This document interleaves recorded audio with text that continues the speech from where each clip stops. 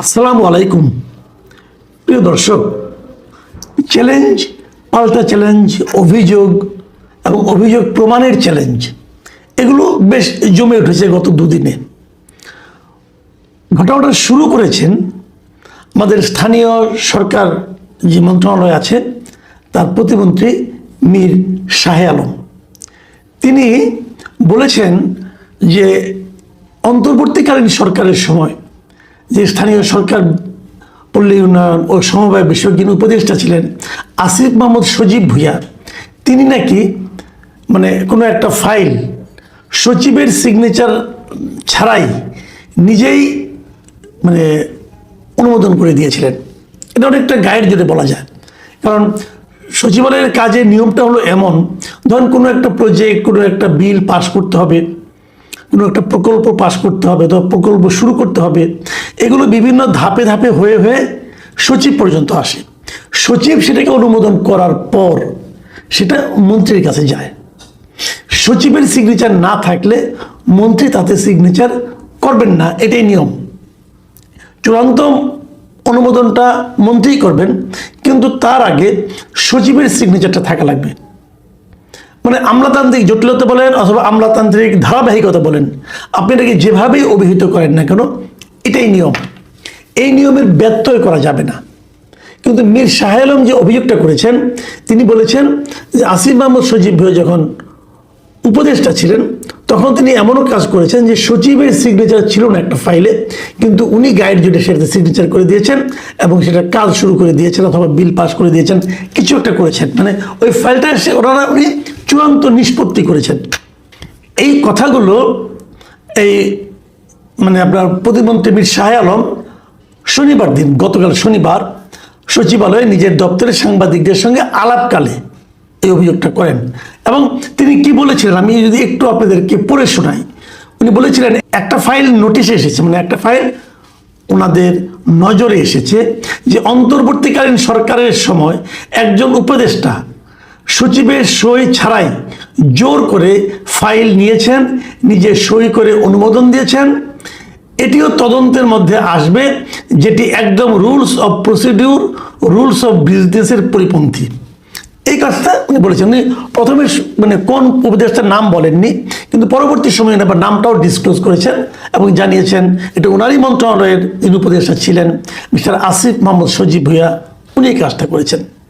তো গতকালকে দুপুরের দিকে এই অভিযোগটা করার পর কালকে সন্ধ্যার দিকে আসিফ মাহমুদ সজীব ভুঁইয়া উনি ফেসবুক লাইভে এসেছিলেন এবং উনি ফেসবুক লাইভে এসে প্রতিমন্ত্রী মীর শাহে আলমকে পাল্টা চ্যালেঞ্জ করেছেন এবং তিনি বলেছেন, উনি প্রায় 24 মিনিট কিন্তু সেই লাইভে ছিলেন এবং উনি সেখানে চ্যালেঞ্জ করেছেন যে কোন ফাইলটা এরকম হয়েছে যেখানে আমার সিগনেচার আছে কিন্তু সচিবের সিগনেচার নাই, এটা দয়া করে আমাকে আপনারা দেখান। এই চ্যালেঞ্জটা উনি কিন্তু করেছেন এবং উনি বলেছেন যে এটা রবিবারের মধ্যে দেখাবেন, আগামীকালকের মধ্যে দেখাবেন। চ্যালেঞ্জটা কি সেটা আমি আপনাদের একটু পরে বলছি, ডিটেলে যাচ্ছি। তবে উনি আবার একটু অন্যভাবে বলেছেন যে ওনারা তো নতুন 3 মাস ধরে মাত্র এসেছেন, ওনারা হয়তো অনেক কিছু বোঝেন না, প্রক্রিয়াটা ওনারা বোঝেন না যে অনেকগুলি প্রক্রিয়া আছে এখানে। অনেক সময় সচিব হয়তো দেশে থাকেন না, দেশের বাইরে আছেন, ওই সময় যদি কাজটা করতে হয় তাহলে যিনি অতিরিক্ত সচিব আছেন অথবা সিনিয়র যে অফিসার আছেন মন্ত্রণালয়ের, তারা সিগনেচার করলেও তার মধ্যেও মন্ত্রী হিসেবে তো উপদেষ্টা হিসেবে সিগনেচার করা যায়, এইভাবে উনি বলার চেষ্টা করেছেন। তার বোঝা যাচ্ছে এই ধরনের কিছু একটা ঘটনা হয়তো বা ঘটেছে, সচিব হয়তো সময় বাইরে ছিলেন, তখন অতিরিক্ত সচিবের হয়তো সিগনেচার আছিল, এরকম মনে হচ্ছে আমার কাছে। কিন্তু এখানে আবার আরেকটা নাটক কিন্তু আছে। নাটকটা আছে এরকম, ধরা যাক উনি একটা প্রজেক্টকে দিতে চাচ্ছেন, সিগনেচার করবেন উনি, কিন্তু সচিব সিগনেচার করছেন না, অথবা ফাইলটা উনি বুঝতে পেরেছেন যে সচিবের কাছে পর্যন্ত আসলে হয়তো সচিব সেটা সিগনেচার নাও করতে পারেন, হয়তো প্রশ্ন করতে পারেন যে এটা দেওয়া ঠিক হবে না। এই ধরনের আশঙ্কা হয়তো বা উনি টের পেয়েছেন, টের পেয়ে উনি অপেক্ষা করেছেন। হয়তো সচিব কোনো একটা প্রয়োজনে দেশের বাইরে গেছেন, ঠিক ওই সময়ে উনি হয়তো তার অধস্তর যিনি আছেন, আরেকজন সিনিয়র মোড় যিনি আছেন, তাকে দিয়ে বলছেন তুমি সিগনেচার করে দেন, আপনি করে দেন, আমি সিগনেচার করে দিচ্ছি। এরকমও কিন্তু অনেক সময় হয়। নিজের পছন্দের লোকটাকে রেখে থাকলে তাকে দিয়ে কাজটা করানোর জন্য অপছন্দের লোককে কোনো কারণে কোনো একটা অজুহাত দেশের বাইরে পাঠিয়ে দেওয়া হয়, অথবা অন্য কোনো কাজে পাঠিয়ে দেওয়া হয়, অথবা ছুটিতে পাঠানো হয়, তারপরে আরেকজনকে দিয়ে কাজগুলি করে নেওয়া হয়। এগুলো এই সমস্ত ফাঁকি ঝুঁকি চোরাগুপ্তা সিস্টেম দেশে চলে, এটা নতুন কিছু না। তো সেরকম কিছু হয়েছে কিনা আমরা জানি না, তবে মীর শাহ আলম বলেছেন উনি এটা তদন্ত করবেন, তদন্ত করলে হয়তো জিনিসটা বুঝতে পারবেন। এবং আসিফ মাহমুদ সজীব ভুঁইয়া কিন্তু এই কথাগুলি বলেছেন। আমি বরং সজীব ভুঁইয়ার মুখের কথাটা আপনাদেরকে একটু বলি। উনি কি বলেছেন, যে উনি মানে প্রতিমন্ত্রীর কথা বলছেন, যে কথাটা বললেন সচিবের অনুপস্থিতিতে বা স্বাক্ষর ছাড়া অবৈধভাবে উপদেষ্টা ফাইল পাস করেছেন, আমার মনে হয় এটা নিয়ে আরও বেশি ক্লিয়ারিটি বা স্পষ্টতা প্রয়োজন। এক্স্যাক্টলি কোন ফাইল, এটা তো অন পেপারে থাকার কথা যে একটা ফাইলে আমার স্বাক্ষর আছে, সচিবের স্বাক্ষর নেই। তার মধ্যে মাঝে মধ্যে সচিব বিদেশে সফরে থাকলে তার অনুপস্থিতিতে সাধারণত জ্যেষ্ঠতার ভিত্তিতে একজন অতিরিক্ত সচিবকে সচিবের রুটিন দায়িত্ব দেওয়া হয়, তখন তিনি এই ফাইল ওয়ার্কগুলো কন্টিনিউ করে থাকেন। ফলে সচিবের অনুপস্থিতি হলেও অতিরিক্ত সচিবের অবশ্যই স্বাক্ষর থাকার কথা। আমি একটু ক্লিয়ারিটি চাইব মীর শাহ আলমের কাছে, মানে যে কথা আমি একটু আগে বললাম, আসিফ মাহমুদ সজীব ভুঁইয়া এই পয়েন্টেই কিন্তু যাচ্ছেন। দেখুন, এই যে পয়েন্ট আসিফ মাহমুদ সজীব ভুঁইয়া যে কথাটা বলেছেন, এটা কিন্তু আমি এর মধ্যে কোনো কিন্তু ভুল দেখি না, মানে আইনগতভাবে। যে উনি যদি বলে আপনি তো দেখান ভাই, এবং উনি এটাও বলেছেন যে হতে পারে সচিব দেশে নেই, একটা ফাইল অতিরিক্ত সচিবের স্বাক্ষরের পরে এলো, আমি স্বাক্ষর করলাম, অতিরিক্ত সচিবের মাধ্যমে চলে গেল, এটা তো আইনগতভাবে বৈধ, একদম ঠিক, কিন্তু আইনগতভাবে বৈধ। কিন্তু শাহ আলম আসলে যে কথাটা বলেছেন সেটা কি এই ধরনের কিছু নাকি অন্য ধরনের কিছু? আসিফ মাহমুদ সজীব ভুঁইয়া বেশ বড় লাইভের শেষটা করেছেন এভাবে, আমি শেষটা আপনাদেরকে পড়ে শোনাতেই চাই, এটা গুরুত্বপূর্ণ মনে হয়েছে। তিনি বলেছেন, মিস্টার শাহ আলমকে আমি চ্যালেঞ্জ করছি, যদি সৎ সাহস থাকে তিনি যদি নিজের বক্তব্যে স্ট্যান্ড করেন, তাহলে আগামীকাল রোববারের মধ্যে ফাইলটা জনগণের সামনে স্পষ্ট করবেন এবং উত্থাপন করবেন। আমি তাকে চ্যালেঞ্জ করছি। আমি মির্জা ফখরুল ইসলাম আলমগীরকেও চ্যালেঞ্জ করছি, যদি তারা পাবলিক না করেন, যদি তারা এটা পাবলিক না করেন, তাহলে আমি মনে করব আমাকে ব্যক্তিগতভাবে আক্রমণ ও হেয় প্রতিপন্ন করার জন্যই তারা এটা করেছেন। বিশেষজ্ঞদের নিয়ে আসুন, কোথায় বেআইনি কি হয়েছে, I am challenging, let's face it.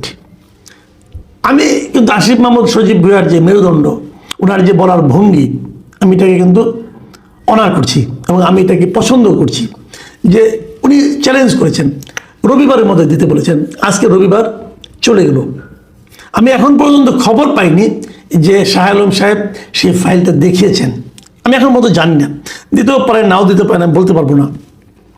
তবে চ্যালেঞ্জটা আমি উপভোগ করেছি। আমি উপভোগ করেছি এই কারণে যে আমি নিজেও জানতে চাই যে আসলে কি ঘটনা সত্য কিনা, সত্য হলে কিভাবে সত্য, আর সত্য না হলে কেন মিথ্যা। মিথ্যা একটা অভিযোগ কি একজন প্রতিমন্ত্রী করবেন?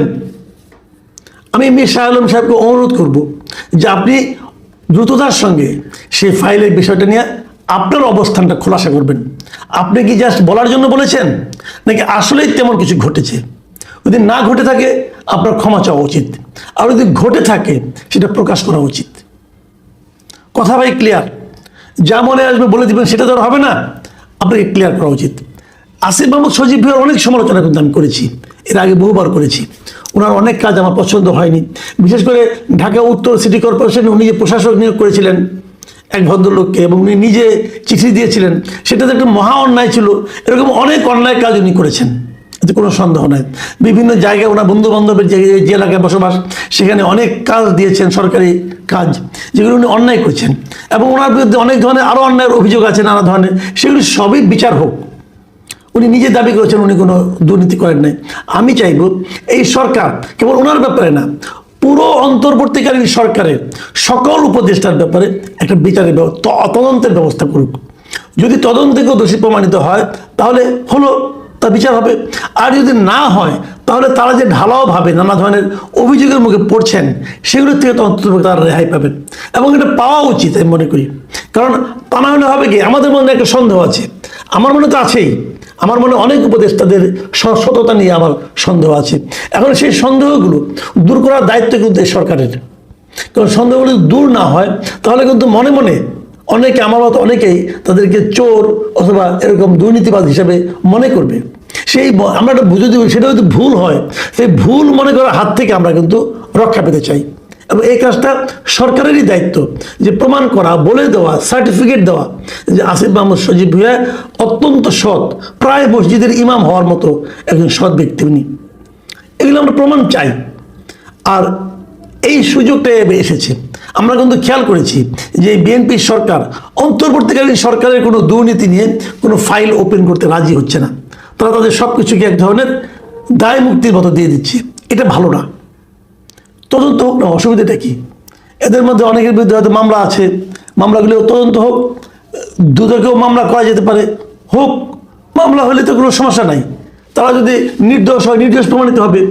কিন্তু এই মুহূর্তে মীর শাহ আলমের এই পদক্ষেপের কারণে, মানে এই বক্তব্যের কারণে আমাদের সামনে ইমিডিয়েট একটা সুযোগ এসেছে বুঝতে পারার যে আসলে ঘটনাটা কি। রোববার গেল আজ, আমি এখন পর্যন্ত জানি না মীর শাহ আলম চ্যালেঞ্জ গ্রহণ করেছেন কিনা। আর ওরা চ্যালেঞ্জ গ্রহণ করা না করা কিছু যায় আসে না, কারণ চ্যালেঞ্জ তো ওপেন চ্যালেঞ্জ করেছেন আসিফ মাহমুদ সজীব ভুঁইয়া। আমি মনে করবো এখন মীর শাহ আলমের এই চ্যালেঞ্জ গ্রহণ করা ছাড়া আর কোনো গত্যন্তর নাই। ওনাকে প্রমাণ করতে হবে যে ওনার কথাটা ঠিক ছিল কি ছিল না।